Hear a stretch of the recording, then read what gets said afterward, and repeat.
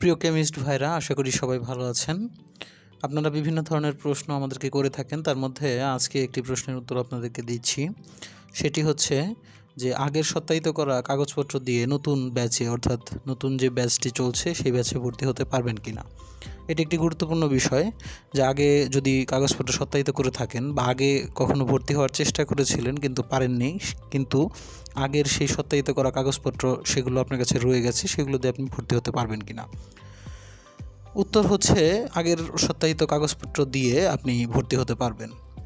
তো প্রথমে আপনাকে যে বিষয়টি বুঝতে হবে যে সত্যায়িত আসলে কেন আমরা করি। সত্যায়িত করি এই কারণে যে সত্যায়িত করার অর্থ হচ্ছে যে আপনি যে কাগজপত্রগুলো ফটোকপি করেছেন সেই কাগজপত্রগুলি আসলেই আপনার, বা সেগুলো আসলেই একটি সঠিক বা মানে একদম আসল কাগজপত্র থেকেই অনুলিপি তৈরি করা হয়েছে, এটি নিশ্চিত করার জন্য। যখন কোনো অফিসার আপনার ডকুমেন্ট বা কাগজপত্র সত্যায়িত করে তখন সে এই সাক্ষী দেয় যে ডকুমেন্টগুলো ঠিক আছে।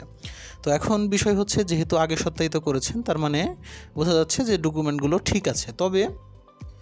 তবে সত্যায়িত করার ক্ষেত্রে যে বিষয়টি গুরুত্বপূর্ণ সেটি হচ্ছে, যখন আপনি আবেদন করবেন তখনই সাথে সাথে সত্যায়িত করাটা ভালো, বা তার কয়েকদিনের মধ্যে সত্যায়িত করা ডকুমেন্টের গ্রহণযোগ্যতা বেশি থাকে আগে সত্যায়িত করার চেয়ে।